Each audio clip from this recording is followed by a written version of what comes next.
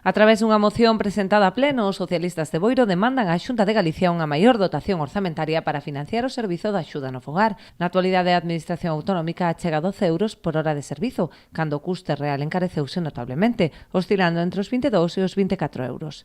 Actualmente, para este ano 2024, no Concello de Boiro temos un custo de 24 euros a hora ordinaria, e ascende este ano unha cantidade de 1.654.000 euros, dos cales o Concello de Boiro financia con fondos propios. Resumidamente, os veciños e as veciñas de Boiro, cos seus impuestos, están pagando 827.000 euros de un servicio que supón 1.654.000 dunha competencia que non é municipal, que é unha competencia da comunidade autónoma. 827.000 euros que poderíamos financiar outros moitos servicios.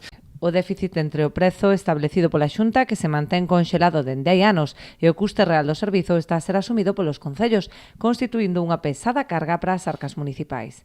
Un servicio que non nos corresponde, que prestamos nós, pero que non nos corresponde, estamos pagando tanto. Hai que darse conta de que é un servicio de 24 euros a hora, dos cales 12 euros os pon a Xunta e o Estado, e outros 12 euros o está poñendo o Concello de Boiro. O Concello de Boiro está poñendo tanto, con moitos menos recursos, que o Estado e a Comunidade Autónoma xuntas. De cada 10 euros municipales, un é destinado ao servicio de dependencia. Estamos nun momento xa moi crítico, que ao igual tamén que todos os concellos de Galicia, e é o momento xa de revertir a situación esta, porque a situación na que vivimos ahora mismo é unha situación na que uns invitan e outros pagan. En este caso, a Xunta está invitando e nós pagamos.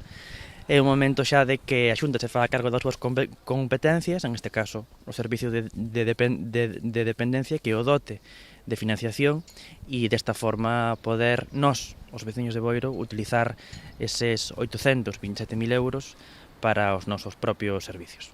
Denuncian, ademais, que se trata dun servizo cada vez máis demandado, polo que instan a Xunta a dotalo de máis recursos e medios para reducir as listas de agarda e o número de usuarios pendentes de valoración.